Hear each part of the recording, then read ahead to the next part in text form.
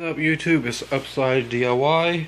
So right here I got the I got the, first of all, I made this from a sorting, some type of sorting organizer, and then I got one of those cupboards that I actually have been using to press the glue in, or when I was making these covers, just pressing these in. And then that's, I just laid it on top, so that kind of works out pretty nicely. And then I need a straight line cut for this, so I got this stick, and it's actually not as long as to put one screw on this end and one screw on that end, tighten it down and hold the piece. So it's actually gonna make me actually have one screw on one side, and then like a piece of wood, and then another piece that's actually as tall, and then I could press down on that. So then I got this other piece that is actually going to be a guide for straightening and leveling of the workpiece. So this is going to be screwed down permanently, and then I could just put in any piece. This cupboard is actually a little too small, but basically I have another piece from like a larger shelf, and it's gonna fully have the surface of the aquarium cover. And then this piece is a good length for this, but I would actually need this piece as long as the cupboard that I'm going to be using with the board. And then this piece right here is just going to keep a straight edge for my die grinder. So you guys are going to have to stay subbed and watching a couple of, for a couple of days when I make the die grinder, when I show you guys the die grinder tool that I have. Well, actually I can just show you guys right now, but it's going to help me make this straight line a lot cleaner. I'm going to be coming from the right side, and then this tool is going to be in my hand, and I made a little extra type of guide for the die grinder. And another thing about this die grinder is the locking blade, to lock the blade and then change the blade. This button fell off. It probably dropped inside, and then it can drop inside of the tool and then lock it while it's working. So I had to glue this at a permanent ups, and then there's a little nut inside, so I had to look for a wrench, and actually I found it, and the locking wrench on top. So I'm going to be using two wrenches to change this blade rather than this button and the tool. So I got these other DIY things: air compressor. This is my cheap imitation type of tire inflator. I could quick release this, and then I could put on that air nozzle, which I really haven't really seen the importance of having that near this, but that's going to help me blow off dust and air on things that I find, especially electronics and old tools and things. So pretty cool tools. This one it needs a little touch up on the front right here. So when I go to I use casting resin, and it gives a good harder clear coat and things, but I do need to touch these up.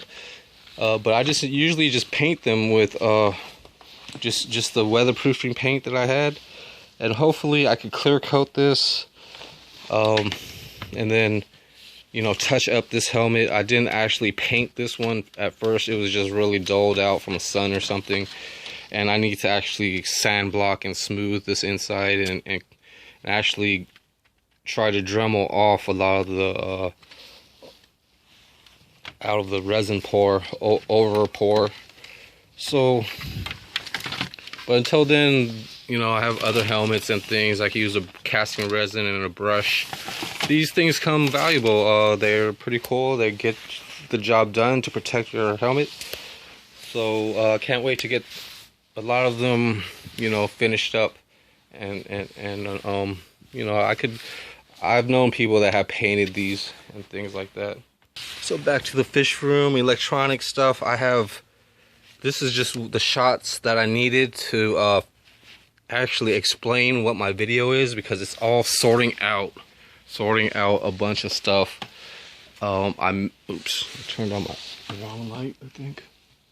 But yeah, I just wanted to just hint that and then show you guys this, and then hinting about the table saw, which is going to be on a different, or not the table saw, but the table jig that's going to work with the saw.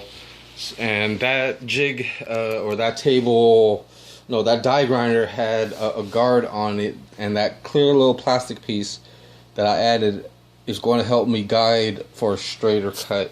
And it does work this way. I've tried it already on a smaller piece, and unfortunately, yeah, I have to make a different jig depending on the size of workpiece. And you know, some of these materials and things that I do pick up, they're going to be parts of the actual you know, requirements for some of these sizes. But I like these covers too much. I actually am going to find like a different cover for that, because they work pretty decently on gluing acrylic together. Sometimes they make nice work tables and things like that. So last thing to show you about this is the hinges. So after the straight cut, I've got these 3 hinges. This is actually my last package that I've seen. I might, well, and I've used like hinges already. You know, this isn't actually a hinge, but I used some hardware on other things. But yeah, these are pretty much 3 hinges that I'm going to be using for that. I have other people's information for other jobs and stuff that I would like to hire. Some work gloves in a place that I can remember. And then yeah, that's most of the job stuff, or not all. I mean, I have tons of things to sort out. You know, just practically everything I could manage to reuse. Most of this stuff, even paper and newspaper, and but yeah, I just want to show you guys pretty much the hinge that's going to be going on the aquarium, and the glue is going to settle below and on top of these, so it's going to really hopefully make a strong bond. And I might even, like, well, I don't want to really like spoil anything, but if I had enough Gorilla Glue, I would or you know, a cast resin, I would like recast pretty much the whole top surface, you know, grind it or whatever, and just like really coat it, you know, all you know.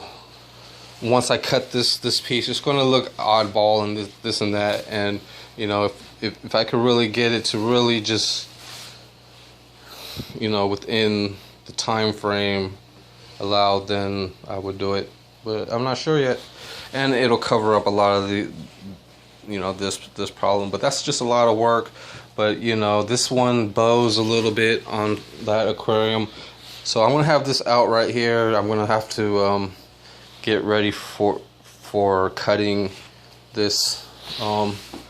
But you know, I have this pan, I guess.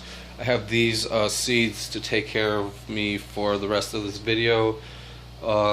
Yeah, so I have 8 potters. I'm gonna probably put 2 in each, and you know, just to get them to sprout and grow. That's a nice, it's a good start for them. It's a good height and things. I could start some more, and this is going to actually, and you know, clean this stuff up and start designing and sorting them out for aquascapes.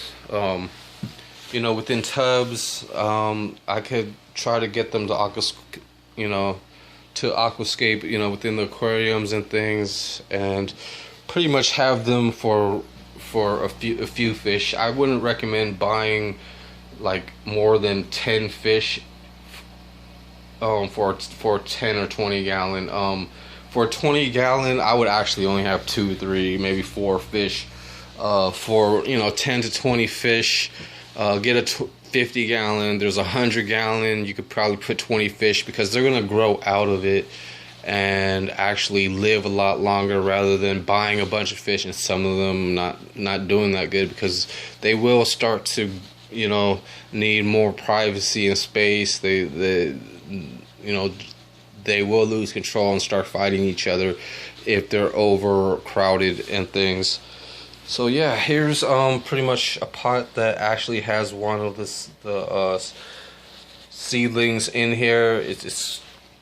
You know, I put it in there. It could, you know, I don't see too much water at the bottom, but I just water just a certain place where the seed is for now, and when it starts getting more roots and things, I could start watering the whole thing. It's just, you know, these just are startup pots. I need to actually look into larger pots, like with these water bottles, or, you know, these would be really nice, but I just don't have them sourced. I might actually have to look and get potter, you know, planters, a decent planter, you know, or just find as much as I can. But I like to keep things uniform and more appealing to and I could actually use this tub right here for a bunch of these smaller planters that I have right here, which I'll probably manage or end up doing, is adding a few here. But, you know, or I could just fill this up the same way as this and use that for sprouting more seeds. So right now I can actually take this whole container over towards the window planter and then put these in, so you guys can actually watch, hopefully watch what I'm doing. So I just kind of get the soil, I don't know if exactly, I mean, I might just try to do one plant, or yeah, one plant for now, because these are pretty big seeds. But I'm trying to get the ones like that, hopefully put it on there in, you know, a nice spot in the hole. And when I water these, the dirt is, or the soil might get into there. I don't know if they want to be covered up and things, but the hole should be a little deeper, maybe an inch or two for these. But once that's covered up, things are going to be growing in a certain way that I have to look at, and then actually determine exactly the next step. But having it a little bit deeper inside the hole, sorry, and covering it is fine. And hopefully in a few months and maybe next year, some nice trees and leaves.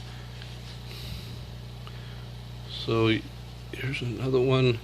You want to always, well, I am trying to keep these always watered and moist and things like that, but not too much. I try to water them and you know, with the seeds sitting on top of there, I could actually turn them. So I just want to try to get the ones that are really needing to be sprouted or planted. And I also you know, that one's not yet, you know, some of them aren't just yet, maybe in a couple of days, you know, and me finishing up these other planters. But so far I just got 3. I want to try to find one more if I could, but I haven't. This one looks really cool. It's like really splitting. So thanks for watching my YouTube video. YouTube, here's one. So I'm just trying to just gently put them and plant them. Put them in there and plant them, and when I water them, they're going to start getting covered up with soil until the leaves show up. So thanks for watching, YouTube. I'll see you next time. Have a good day. Bye.